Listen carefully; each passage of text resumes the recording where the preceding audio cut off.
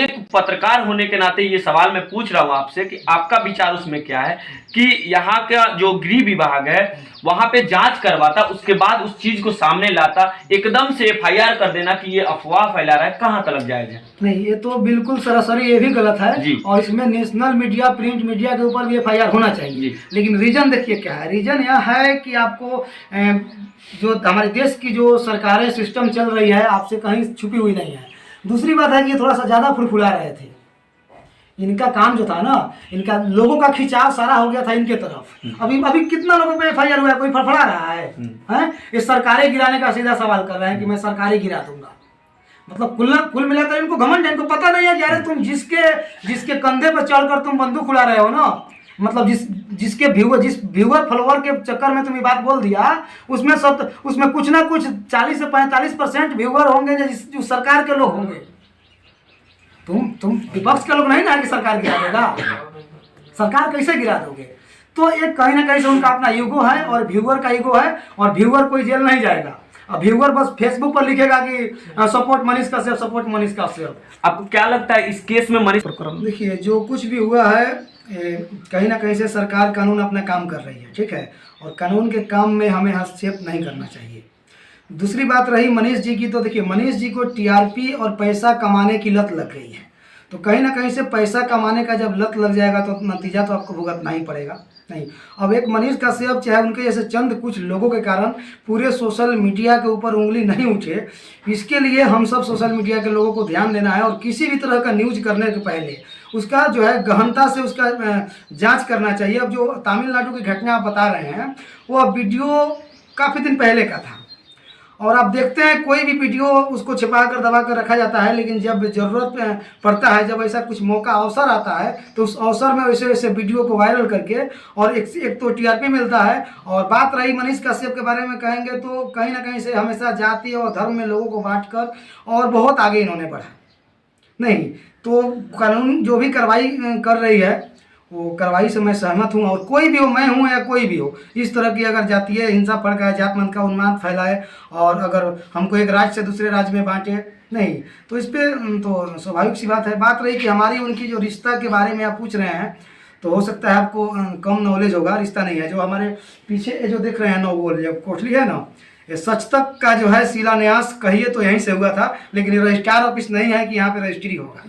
मतलब यहाँ पे फाइनली मीटिंग हुआ था, मेरे पास ट्रैक्टर था, और उस समय जब मनीष कश्यप यहाँ पे हमसे चर्चा कर रहे थे ठेकेदारी को लेकर चुनाव हारने के बाद, तो मैंने ट्रैक्टर बेच रहा था, तो मुझे कॉल पे कोई बता रहा था कि आप इतना पैसा ले लीजिए। मनीष कश्यप ने मना किया, बोला कि आप ट्रैक्टर मत बेचिए, और बिहार का पहला ठेकेदार हम लोग होंगे, चूँकि मैं पेशा से सिविल इंजीनियर हूँ।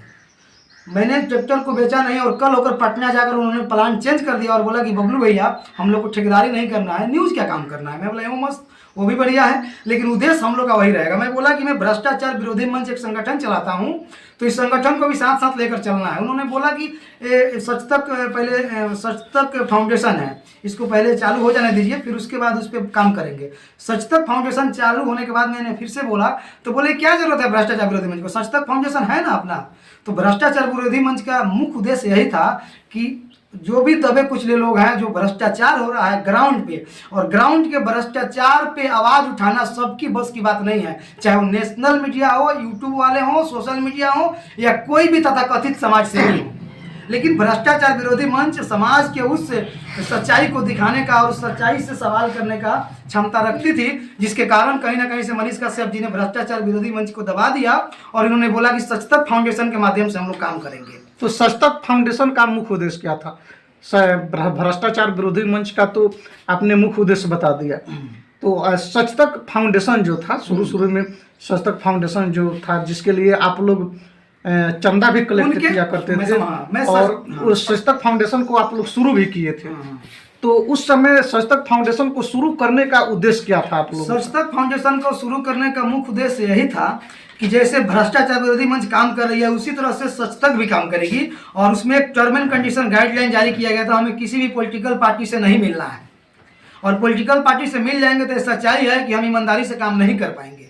अगर कभी भी, मैं आपको भी बोलता हूँ, कि अगर कभी भी किसी पॉलिटिकल पार्टी के आप अगर पक्ष में काम कर रहे हैं तो मैं दावे के साथ कह सकता हूं कि ईमानदारी से काम नहीं कीजिएगा। और पूछिए क्या है, उसका कारण यह होगा कि आज के डेट में बिहार हो, खास करके बिहार में हर पॉलिटिकल पार्टी कहीं ना कहीं से भ्रष्टाचार के उस चुंगल में फंसा हुआ है और भ्रष्टाचार का काम करता है। अब जरा बताइए कि किसी भी पॉलिटिकल पार्टी का आप सपोर्ट कीजिएगा तो कैसे आप भ्रष्टाचार पे काम कर पाइएगा। तो सचतक फाउंडेशन का भी उद्देश्य तो वही था, कहने के लिए उद्देश्य था। लेकिन जैसे जैसे ग्रो करते गया सचतक फाउंडेशन, फिर सचतक न्यूज में तब्दील हो गया। जब सचतक न्यूज एक ब्रांड बन गया, और सचतक न्यूज भी आप पूछिए, हमारे गांव के सारे हमारे गार्जियन समान लोग हैं, हमारे पीछे जो लोग बैठे हैं, ये मेरे पीछे बैठने वाले नहीं है, ये मेरे आगे हैं, इनके पैरों पर मैं चलता हूँ। लेकिन कहीं ना कहीं से खुशी इस चीज़ की होती है कि जो भी लोग हैं ना, तन मन धन से मेरा साथ और सपोर्ट करते हैं और देते हैं। मनीष कश्यप आपके अच्छे मित्र थे, और ऐसा कहा जाता है कि मनीष कश्यप को आगे बढ़ाने में आपकी भूमिका अहम रही है। चुनाव के समय में भी आपने मनीष कश्यप को मदद किया था, मनीष कश्यप के लिए संगठन बनाना, मनीष कश्यप के लिए चुनाव प्रचार में युवाओं को जुड़ाना, युवाओं को एक साथ लाना, ये तमाम काम आप किया करते थे। बाद में आप लोग सचतक फाउंडेशन का निर्माण किए। सचतक फाउंडेशन के बाद आप लोग सचतक न्यूज़ चैनल को शुरू किए, और एक अच्छे खासे मित्र आप लोग थे। लेकिन आखिर कारण क्या है कि एक अच्छे खासे मित्र आज दोनों एक दूसरे के घोर विरोधी बन गए?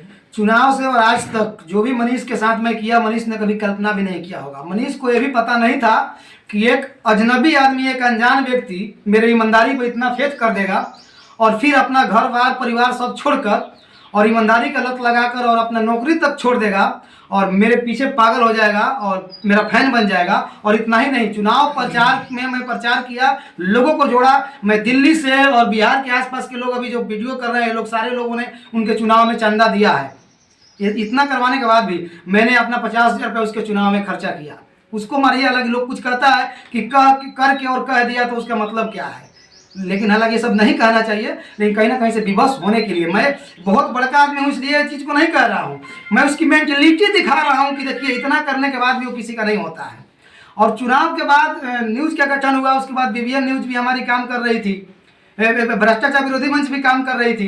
भ्रष्टाचार विरोधी मंच को बंद करके और मैंने उसकी ईमानदारी पे इतना ज़्यादा विश्वास कर लिया आँख बंद करके कि मैं सचतक को, मतलब समझिए कि अब क्या कहूँगा, बोल रहे हैं कि मैंने मदद किया, मैंने मदद नहीं, उसके पास चौवन्नी फुट्टी कौड़ी नहीं होता था सचतक को चालू करने के लिए। लेकिन उस सचतक को चालू करने के लिए मैंने अपना कुछ पर्सनल संपत्ति को बेचकर, अपने माँ बाप के संपत्ति को बेचकर और सचतक न्यूज को चालू करने के लिए मैं पटना तक जाकर पैसा पहुंचाया। ऐसे ऐसे पसीना काटता था 5 इंची के दीवार पर बैठकर। अगर वीडियो देख रहा होगा तो उसको याद आ रहा होगा।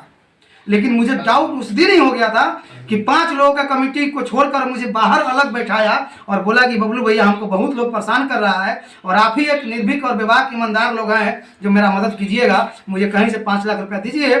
और चितरंजन भाई का नाम लिया, बोला कि इन्होंने धोखा दे दिया। शायद मुझे उस समय भी लगा कि चितरंजन भैया को ऐसा नहीं करना चाहिए। उस समय मुझे लगा कि गौरव सिंह को ऐसा नहीं करना चाहिए। उस समय मुझे लगा कि रणदीप सिंह को ऐसा नहीं करना चाहिए। उस समय लगा कि अभिषेक ठाकुर को इस तरह से नहीं करना चाहिए। और उस समय लगा कि ऐसे लोगों को, चंदन उपाध्याय को ऐसा नहीं करना चाहिए। लेकिन बाद में लगा कि नहीं, किसी ने कुछ नहीं किया, सबके साथ यही किया। ये बहुत बड़ा नटवर लाला है। मुझसे पहले जब एक अपने समाज में जब एक पैठ बनाया था, जब समाज में सामाजिक काम करता था, उस समय सारे लोगों को धोखा देकर उसके बाद हम लोग के पास पहुंचा था। अपने गांव समाज के, चनपटिया विधानसभा के कितने युवाओं का जो है तो भविष्य गर्क में डाल दिया, कितने का भविष्य बर्बाद कर दिया। लेकिन ये सब चीज हम लोग को जानकारी नहीं होने दिया।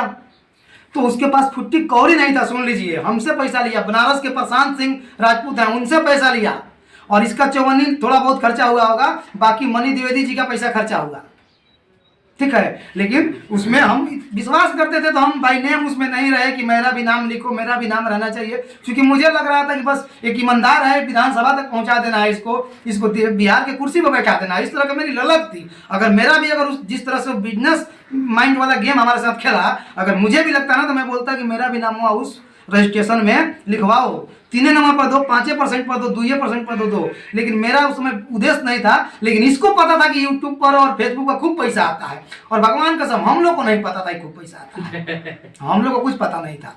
जो खूब हम लोग सोचे कि चलो जैसे भी अगर मेरा 50,000 लाख 2 लाख नुकसान ही हो जाएगा तो जीवन भर याद करेगा और इस चीज़ को शायद कहीं नहीं भूलेगा। हालांकि जब मैंने उसका साथ छोड़ दिया, अब वो गाय करों के पीछे घूमने लगा। छोटे छोटे कोई गांव जवार के भैंस बकरी चराने वाले बच्चे हैं, अरे उनके गार्जियन से जाकर मिलो, उनको कहो कि अरे आपका बच्चा जो है सब बोलता है, गाली गलौज करता है, इसको शिक्षित बनाइए। कि एक ट्यूशन मास्टर को गाली दे देगा, ससुरा हरामी माधव चौथ कहा देगा तो कहिएगा कि भारत का भविष्य बनेगा।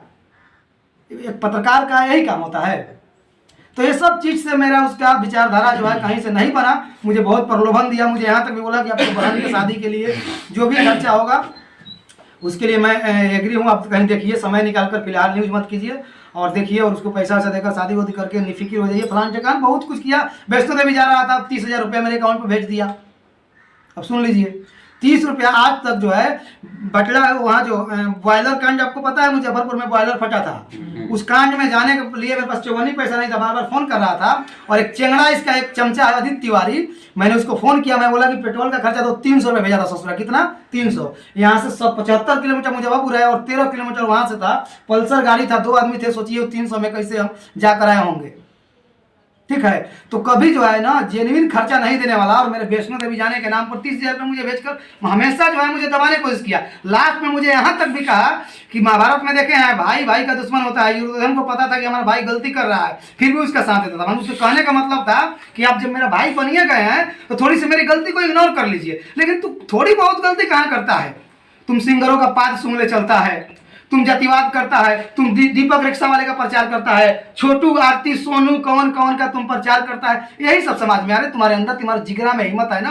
तो तुम्हारा ही एक दोस्त लाइव ऐप बनाया था कि यहाँ पे 2-2 साल हो लग जाता है दाखिल कॉलेज में, तो है हिम्मत तो वहाँ जाकर दिखाओ। तुम अपने पंचायत में दिखाओ, अगल बगल में दिखाओ। सुधार हो गया है? कहीं नहीं सुधार हुआ है। और मैं स्वाभिमानी विचारधारा का हूँ, एक चीज़ उसको ही पता है और उसको लगा कि ये बबलू राजपूत कभी जो है टस से मस नहीं होने वाला है। उसके बाद मुझे इग्नोर कर दिया, लेकिन मुझे कभी उसने मना नहीं किया और मुझे मेरा शिकायत किसी से आज तक नहीं किया। एक ये भी सच्चाई बता रहा हूँ, मैं उसका शिकायत जहाँ तक कर रहा हूँ क्योंकि उसकी विचारधारा कर रहा हूँ, उसका शिकायत नहीं कर रहा हूँ। उसके मेरे सारे गाँव के लोग हैं, मेरे सारे गार्जियन हैं, सब लोगों से पूछिए ना कि मैं भ्रष्टाचार विरोधी मंच चला। मुझे बोलता था, एक चीज़ और बताना चाहता हूँ, बोलता था कि देखिए बबलू भैया काम कीजिए, पुलिस को डिस्टर्ब मत कीजिए, मुखिया के ऊपर मत बोलिए, डीएम साहब को मत बताइए। 3 जगह ही भ्रष्टाचार होता है, यही तीनों जगह हमको कहा था कि मुंह बंद करके न्यूज कीजिए। बताइए, डुमरिया घाट का वो साहु जी का विनय शाह का जो है निर्मम उसके पुत्र का हत्या कर दिया गया, उसका आंख निकाल लिया गया, उसका दांत निकाल गया, उसका जीभ निकाल लिया गया और उसका वीडियो बनाने के लिए फोन करते रह गया, नहीं आया। यहाँ के जितने भी नामर्द समाज सेवी थे कोई विनय शाह को साथ नहीं दिया और उसके मामला को दबा दिया गया। उसके मामला को विनय शाह के मामला को दबा दिया गया, कोई साथ नहीं दिया। और ये भी नहीं आया, मुझे बोला कि अब जाकर न्यूज बना लीजिए। मैं न्यूज बनाया, 4 दिन न्यूज चला, उसके बाद 4 दिन बाद न्यूज को प्राइवेट कर दिया, न्यूज दिखता ही नहीं था। फिर पीड़ित परिवार ने मुझको कॉल किया, बताया कि भैया नहीं दिख रहा है। मैं उसको बुलवाया और उसी के मोबाइल से गाली लिखकर मनीष को टैग कर दिया, उसने उसको फिर पब्लिक कर दिया। बताइए क्या नाटक है? तुम्हारे जात के लोगों ने गुनाहगार था, इससे साबित हो रहा है कि अपराधी तुम्हारे जात का लोग था।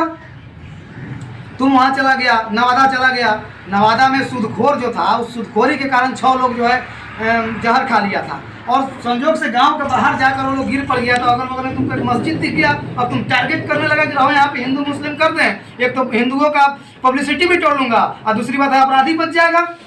अब बताइए, ऐसे लोगों पे FIR नहीं होना चाहिए तो क्या होना चाहिए? संजोगवश वहाँ पे संजोग ऐसा था कि वो मरने के पहले उस 6 परिवार के व्यक्ति लोगों का बहुत सारा वीडियो बन चुका था। वो लोग कह दिया था कि मैं ऐसे ऐसे सूदखोरी के कारण मैं वीडियो मैं ऐसे ऐसे हम लोगों ने, हमारे पापा ने हमको जहर खिला दिया। लड़की का शायद आप लोगों ने सुना होगा, लड़की जब बोली थी, बयान दी थी, तो है अभी यादव जी का वहाँ पे हत्या हुआ, कहाँ गया वहाँ पे? और हुआ था ना बीच में कुछ यादव परिवार का हत्या हो गया था, कहाँ गया वहाँ पे? ये राजपूत चिल्लाता है, उसका एक और चमचा है, जिस समय से मैं उसको छोड़ दिया तब से एगो चमचा रखा है जो राजपूतों को भरमाता है।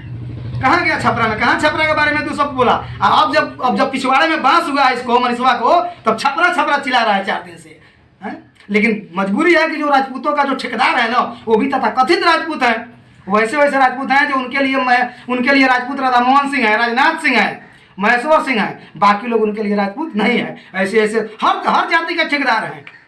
हर जाति के ठेकेदार का यही सच्चाई है कि उनके जाति के जो बड़े तबके के लोग होते हैं उन्हीं को जाति मानते हैं और ग्राउंड पे जो है धूल मिट्टी खाने वाले को कोई नहीं मानता है, चाहे जाति की बात है चाहे धर्म की बात है। ये सब कमियां उसके अंदर है और ये सब चीज़ मुझे नहीं पचता है, मैं ये सब चीज़ सहन नहीं कर सकता हूँ।